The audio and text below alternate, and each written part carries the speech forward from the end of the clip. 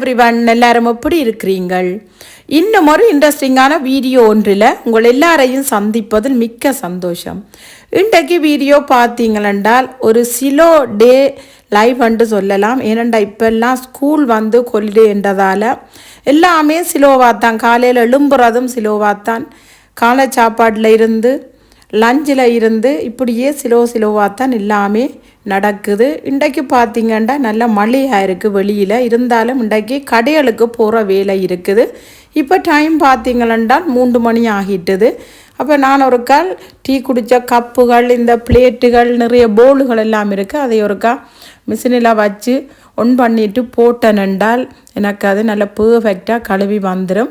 இப்போ இந்த மிஷினை வந்து ஈஸியாக க்ளீன் பண்ணுற மெத்தட் என்னென்னு பார்த்தீங்கன்னா, இது வந்து நான் பேக்கிங் சோடா வாங்கி வச்சுருக்கிறேன், வினிகரும் வாங்கி வச்சுருக்கிறேன். இந்த மிஷின் கழுவும் போதே இந்த பேக்கிங் சோடாவையும் நான் அந்த கீழ்ப்பக்கத்தில் நல்லா எல்லா இடமும் தூவி விட்டுருவேன். தூவி விட்டு போட்டு நான் இதுக்குள்ள அந்த வினிகரையும் சேர்த்து ஊற்றி விட்டுருவேன். ஊற்றி விட்டுட்டு இந்த மிஷினை நான் ஒன் பண்ணி விடேக்க பார்த்திங்கன்னா, இந்த மிஷின் வந்து பாத்திரங்களும் கழுவிடும். இந்த மிஷினும் வந்து எனக்கு நல்ல பர்ஃபெக்டாக க்ளீன் ஆயிரும். இதில் இருந்து எனக்கு எந்த விதமான பேட் ஸ்மெல்லும் வராது. இந்த மெத்தட் பார்த்திங்களென்றால் நாள் ஃபுல்லாகவே நீங்கள் பிஸியாக இருக்கிறீங்கண்டா, உண்மையில் பாத்திரம் கழுவும் போதே நீங்கள் இந்த மெத்தடில் நீங்கள் செய்து விட்டுட்டீங்கன்னா உங்களுக்கு மிஷின் அதுக்கண்டு ஒரு நாளை நீங்கள் ஒதுக்கி க்ளீன் பண்ண வேண்டிய தேவையும் இல்லை. எப்பயுமே உங்களுக்கு அந்த பேட் ஸ்மெல் இல்லாமலும் இந்த மிஷின் இருக்கும். இப்போ பார்த்தீங்களென்றால் வீட்டிலையும் 2-3 சின்ன சின்ன வேலிகள் இருந்தது, ஓகே என்று சொல்லி போட்டு இப்போ நாங்கள் எங்கே வந்திருக்கிறோமென்று என்னுடைய வீடியோ பார்க்குற எல்லாருக்குமே தெரியும். மேக்ஸி ஷூவுக்கு தான் வந்திருக்கிறோம். கொக்கோவுக்கு வந்து அவளுக்கு அந்த கீழே போடுற அந்த உமியல் வாங்க வேணும், சாப்பாடு வாங்க வேணும், அந்த பில்டருக்கும் மாத்திர அந்த பில்டர் பொஞ்சுகள் எல்லாம் வேண்டணும். ஓகேண்டு போட்டு இப்போ இங்கே வந்துட்டோம். இங்கே பாருங்க, இந்த 2 பேர் புதுசாக வந்திருக்குது. நல்ல க்யூட்டாக இருக்குது, பார்க்க அவ்வளோ ஒரு அழகாகவும் இருக்குது. இப்போ வந்தேன், இவியலும் கண்ணில் பட்டணும். அப்போ இவியலையும் ஒரு கால் எடுத்துக்கொண்டு போய் இது பிள்ளைகளுக்கு காட்டுறதுக்காண்டி தான் நான் எடுத்ததும். இங்கெல்லாம் பார்த்தீங்களா நல்ல அழகழகான மீன்கள். அடிக்கடி இந்த மீன்களை என்னுடைய வீடியோஸில் நீங்கள் பார்த்துருப்பீங்க. ஏனெண்டா இந்த கடைக்கு போனாலே இந்த மீனை வந்து ஒரு 5 நிமிஷமாவது நான் பார்த்துட்டு தான் நான் வீட்டையே வருவேன். உண்மையில பார்க்கும்போது அவ்வளோ ஒரு க்யூட்டாக கலர்ஃபுல்லாக இந்த மீன்கள் எல்லாம் இருக்குது. உண்மையில் பார்க்கும்போது மனதுக்கு அவ்வளோ ஒரு சந்தோஷமாக இருக்கும். இங்கால பார்த்தீங்கன்னா அப்படியே அங்கே கடைக்கு போயிட்டு எல்லாத்தையும் கொண்டு வீட்டை வச்சு போட்டு திருப்பி வந்து இந்த சாமானெல்லாம் நான் லிடலில் போய் வாங்கி கொண்டு வந்திருக்கிறேன். எப்பையும் பார்த்தீங்களென்றால் மாதத்தில் ஒரு தடவை சாமான் வாங்குவோம். இருந்தாலும் கட்டாயம் 2 தடவைகளாவது வாங்க வேண்டி வரும். அப்படி வாங்கினது தான் இந்த சாமான். மாத சாமானுக்கு பிறகு நான் போய் வாங்கினதான் இந்த சாமான். நல்ல தேங்காயும் லிடலில் வந்திருக்குது. அப்போ அதையும் தான் நான் வாங்கி கொண்டு வந்திருக்கிறேன். அதோட எனக்கு என்னென்ன தேவையோ அதுகளையும் வேண்டி கொண்டு வந்து வச்சுருக்கிறேன். இப்போ பார்த்தீங்களென்றால் நான் இந்த சாமான் எல்லாம் அரேஞ்ச் பண்ணி வைக்கிற அந்த கபர்ட் எல்லாத்தையும் துடைச்சி கொண்டிருக்கிறேன்.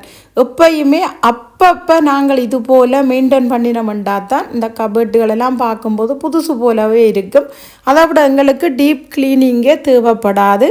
எப்பயும் உங்களுக்கு தெரியும், கிளீனிங் கண்டாலே இந்த மேஜிக் ஸ்பொஞ்ச் தான். இந்த மேஜிக் ஸ்பொஞ்சை வச்சு தான் நான் என்னுடைய இந்த கபர்ட் எல்லாத்தையும் நான் இது போல் புதுசாகவே வச்சுருக்கிறேன். நிறைய பேர் கேட்குறீங்க, இது வந்து நான் எதுக்குமே தேய்ச்சி கழுவுறதும் இல்லை, துடைக்கிறதும் இல்லை.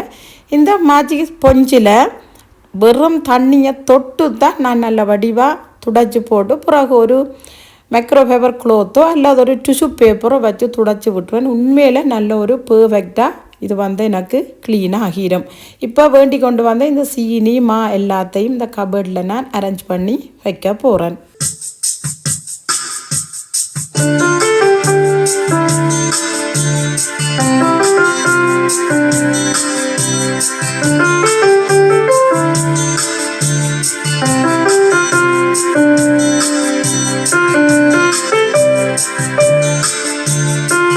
ஓகே, இங்கே பாருங்கோ, இதுக்குள்ளே தான் என்னுடைய எல்லா க்ரோசரி ஐட்டங்களும் நான் வைக்கிறது. இப்போ இதுக்குள்ளே எல்லாமே நல்ல வடிவாக அரேஞ்ச் பண்ணி வச்சிட்டேன். இப்போ இதெல்லாமே அரேஞ்ச் பண்ணி முடிஞ்சது. இங்கெல்லாம் பார்த்தீங்கன்னா இந்த ஃப்ரிட்ஜையும் வந்து லேசாக துடைச்சி விட போகிறேன். லேசான்ட்டு பார்த்தீங்கன்னா நான் கிழமையில் ஒரு தடவை இந்த ஃப்ரிட்ஜை வந்து நான் என்ன வேலை செய்தனோ இல்லையோ இதை வந்து துடைக்கிறதுக்கு நான் மறந்ததும் இல்லை, பஞ்சி பட்டதும் இல்லை. ஏன்னு பார்த்தீங்கன்னா இந்த ஃப்ரிட்ஜ் எல்லாம் கிட்டத்தட்ட எனக்கு 4 வருஷம் ஆயிட்டுது. நிறைய பேர் கேட்குறீங்க, எப்படி அக்கா இந்த ஃப்ரிட்ஜ் எல்லாம் கலர் மாறாமல் நீங்கள் வச்சு மெயின்டைன் பண்ணுறீங்களண்டு. இது வந்து சிம்பிள். நான் வினிகர் பாத்திரம் கழுவுற சோப் தண்ணி இதை யூஸ் பண்ணித்தான் இந்த ஸ்பொஞ்சில் நல்லா தொட்டு எல்லா இடமும் துடைச்சி விட்டுருவேன். அதுக்கு பிறகு ஒரு ஈரம் இல்லாத மைக்ரோ ஃபைபர் க்ளோத்தோ அல்லது ஒரு டிஷ்யூ பேப்பரை வச்சு நல்ல வடிவாக க்ளீன் பண்ணி போட்டு தான் நான் இப்பையும் நான் பொருட்கள் வாங்கினால் இதில் நான் அடுக்கி வைக்கிறது. அப்படி அடுக்கி வைக்கும்போது பார்த்தீங்களா இந்த ஃப்ரிட்ஜு வந்து எங்களுக்கு பேட் ஸ்மெல்லும் வராது, அதை விட பார்க்கும்போதும் புதுசு போலவும் இருக்கும். இந்த ஃப்ரிட்ஜ் மட்டும் இல்லை, எங்களுடைய வீட்டில் இருக்கிற எந்த பொருளாக இருந்தாலும் சரி, அதாவது எங்களுக்கு கதிர மேசையாக இருந்தாலும் சரி, நாங்கள் அதை எப்படி வச்சு மெயின்டைன் பண்ணுறோமோ அதுக்கேற்ற மாதிரி தான் அதுவின்ற பாவனையும் எங்களுக்கு இருக்கும். நாங்கள் அதை மெயின்டைன் பண்ணாமல் விட்டுட்டு அதை தூக்கி போட்டுட்டு புதுசு வாங்கிட்டு போகலாம். நிறைய பேர் எனக்கு இன்ஸ்டாகிராமில் கூட வந்து கொமெண்ட்ஸில் நீங்கள் எழுதுவீங்கள், அக்கா நீங்கள் எல்லாம் மின்னக்கட்டி இப்படி எல்லாம் மெயின்டைன் பண்ணுறீங்கள், நாங்களண்டா தூக்கி போட்டுட்டு புதுசு வாங்கிடுவோம்ண்டு. தூக்கி போட்டுட்டு புதுசு வாங்குறது ஒரு வேலையுமே இல்லை. ஆனால் வந்து அது காசு. இங்கே வெளிநாட்டில் வந்து ஒவ்வொரு ரூபாயும், வெளிநாட்டில் மட்டுமில்லை எல்லா இடமும் தான் வேலைக்கு போய் உழைக்கிறவர்களுக்கு அதுவின்ற நயம் சுகம் எல்லாமே தெரியும். ஏனெண்டா ஒவ்வொரு ஒரு ரூபாயும் வந்து கஷ்டப்பட்டு இரத்த வியர்வை சிந்தி உழைக்கிறதுன்றதை வெளிநாட்டில் தான் நாங்கள் அறிஞ்சிருக்கிறோம். ஏனெண்டா இங்கெல்லாம் கிச்சனில் வேலை செய்கிறவைகளுக்கு எத்தனை நேரம் கத்தி வெட்டி ரத்தம் எல்லாம் பெறும். அதைத்தான் ரத்தம் சிந்தி உழைக்கிறதோன்ட்டு கூட இப்போ நாங்கள் அதை யோசிக்கிறோம்.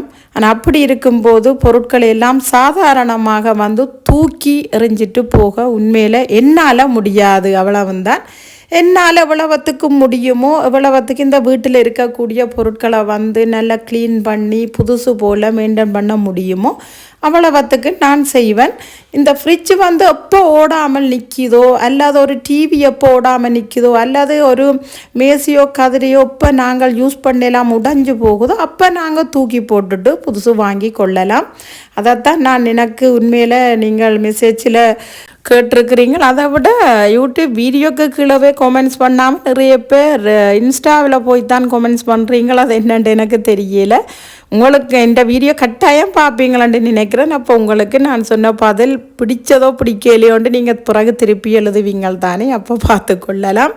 ஓகே, இப்போ பார்த்தீங்கன்னா அந்த ஃப்ரிட்ஜில் எல்லாத்தையும் அரேஞ்ச் பண்ணி வச்சு போட்டு இங்கெல்லாம் பார்த்தீங்களென்றால் கொஞ்சம் இந்த ப்ரெட்டுகள், ரஸ்க்கு, இந்த நூடுல்ஸுகள், இந்த பிஸ்கெட்டுகள் எக்ஸ்ட்ரா கொஞ்சம் வாங்கி கொண்டு வருவேன். அப்போ அதுகளை புரிம்பா ஒரு பிளாஸ்டிக் பாக்ஸில் வச்சு மூடி வச்சிருவேன். இங்கே முடிஞ்ச பிறகு திருப்பி அதை எடுத்து யூஸ் பண்ணுறதுக்கு ஈஸியாக இருக்குமென்றதுக்காக வேண்டி கொண்டு வந்திருக்கிறேன். ஏனெண்டா அடிக்கடி கடைக்கு போகிறத விட இப்படி வேண்டி கொண்டு வந்துட்டோம்டா ஈஸியாக இருக்கும். இங்கெல்லாம் பார்த்தீங்கன்னா என்னுடைய பழக்கூடையை வந்து நான் அரேஞ்ச் பண்ணி வைக்க போகிறேன். எப்போயுமே உங்களுக்கு தெரியும், இந்த பிங்க் லேடி ஆப்பிள் தான் நான் வாங்குவேன். டெய்லியும் எப்போ பழம் வாங்கினாலும் இந்த பிங்க் லேடி ஆப்பிளையும் நீங்கள் கட்டாயம் பார்ப்பீங்கள். இதோடைய இங்கால பார்த்தீங்கன்னா செரிஸ் வாங்கியிருக்கிறேன். இங்கால மாம்பழம் வேண்டியிருக்கிறேன். அங்கால வந்து பம்ப்ளிமோஸ் வாங்கியிருக்கிறேன். இப்போ அதோட பார்த்தீங்களென்றால் என்னுடைய பிள்ளைகளுக்கு இன்னும் விரும்பினது என்னென்று பார்த்தீங்கன்னா இந்த ஸ்ட்ராபெரி. அப்போ இந்த ஸ்ட்ராபெரியும் 1 கிலோ வந்திருந்தது. அப்போ அதையும் வாங்கிட்டு வந்திருக்கிறேன். ஆனால் நல்ல ஃப்ரெஷ்ஷாகவே இருக்குது, பார்க்கவே பாருங்கள் உங்களுக்கே தெரியுது. ஓகே, இப்போ இங்கால பார்த்தீங்களென்றால் ஆல்ரெடி என்னுடைய இந்த பழக்கூடைக்குள்ளே வந்து பட்டர் ஃப்ரூட் ஒன்று இருக்குது. இங்கால பார்த்தீங்கன்னா நல்ல பழுத்த 2 வாழைப்பழம் இருக்குது. அதோட பார்த்தீங்களென்றால் 2 மாதுளம் பழமும் இருக்குது. இப்போ இந்த பழுத்த வாழைப்பழத்தை நான் என்ன செய்ய போகிறேன் என்றால் வாழைப்பழ பணியாரம் செய்ய போகிறேன். எப்பயுமே எனக்கு இந்த வாழைப்பழம் பழுத்து கருத்தை புள்ளி அடித்து இருந்தாலே நான் மைண்டில் ஃபிக்ஸ் பண்ணிடுவேன், இன்றைக்கு வாழைப்பழ பணியாரம் கட்டாயம் செய்தே ஆகணுமெண்டு. ஏனெண்டா என்னுடைய ஹஸ்பண்டுக்கும் பிடிக்கும், எனக்கும் பிடிக்கும் டீ டைமுக்கு இந்த வாழைப்பழ பணியாரம் சாப்பிட்றது. அதால் பார்த்தீங்களென்றால் இந்த வாழைப்பழ பணியாரத்தை நான் அடிக்கடி செய்து கொள்ளுவேன். நீங்கள் என்னுடைய வீடியோஸ்லையும் எல்லாரும் இது பார்த்து இருப்பீங்கள்.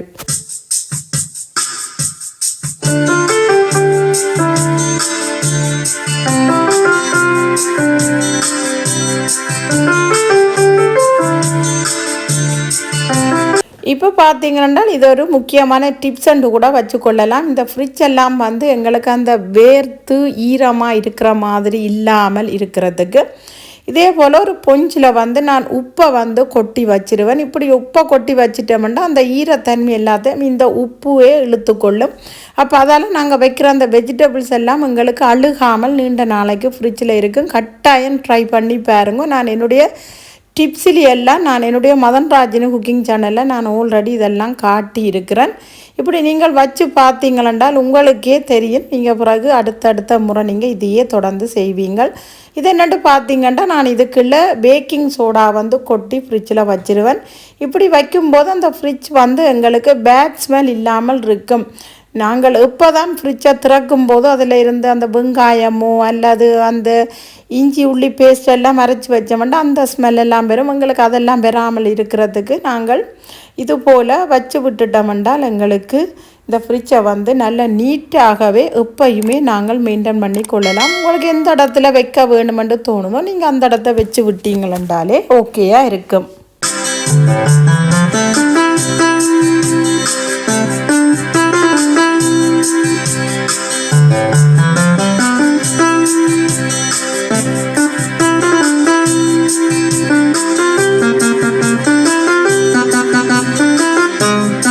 இப்போ பார்த்தீங்கன்னா கடைக்கு போய் வந்து வேண்டி கொண்டு வந்து எல்லாமே கிச்சனுக்குள்ள அரேஞ்ச் பண்ணி எல்லாம் முடிச்சாச்சு. இப்போ கொக்கோக்கும் நாங்கள் வந்து இங்கே எல்லாம் வேண்டி கொண்டு வந்தாங்க. இப்போ அதெல்லாத்தையும் முண்டே நான் எடுத்து வைக்கல. அப்போ அதில் வச்சிட்டேன். இப்போ அவள் திறந்து விட்ட உடனே இப்போ அவள் என்ன நடக்குதுண்டா தனக்கு என்ன வேண்டி கொண்டு வந்து நல்ல ஆராய்ச்சி நடக்குதாள்.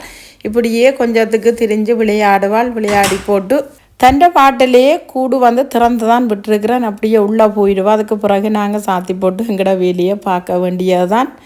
இப்போயும் பார்த்தீங்கன்னா இந்த கையில் வச்சு வச்சு வச்சு வச்சு நான் சாப்பாடு கொடுத்து பழக்கி நான் கூட்டுக்குள்ளே கொண்டே அவൾക്ക് சாப்பாடு கொடுக்கும்போது அவள் அந்த திறந்து விட்டு நாங்கள் கையில் சாப்பாடு கொடுக்கணுமென்று தான் எதிர்பார்த்து கொண்டிருப்பா. இப்போ எல்லா நாளும் அதை வந்து செய்ய இயலாது. அப்போ சில வேளையில் இப்படியால் சும்மா விட்டு கிடக்கு விளையாடட்டுக்குமெண்டு. ஓகே ஃப்ரெண்ட்ஸ், இந்த வ்ளாக் வந்து உங்களுக்கு இன்ட்ரெஸ்டிங்காக இருந்திருக்குன்னு நினைக்கிறேன். அப்படி இந்த வீடியோ உங்களுக்கு பிடிச்சிருந்தா உங்கள் ஃப்ரெண்ட்ஸ் அண்ட் ஃபேமிலி கூட ஷேர் பண்ணுங்க. வீடியோக்கு ஒரு லைக் கொடுங்க. என்னுடைய சேனலுக்கு நீங்கள் ஃபர்ஸ்ட் டைமாக இருந்தால் சேனலை சப்ஸ்கிரைப் பண்ணி சப்போர்ட் பண்ணுங்கள் ஃப்ரெண்ட்ஸ். இது போல் என்னும் ஒரு இன்ட்ரெஸ்டிங்கான வீடியோ ஒன்றில் உங்கள் எல்லாரையும் சந்திக்கும் வரை டேக் கேர். பை.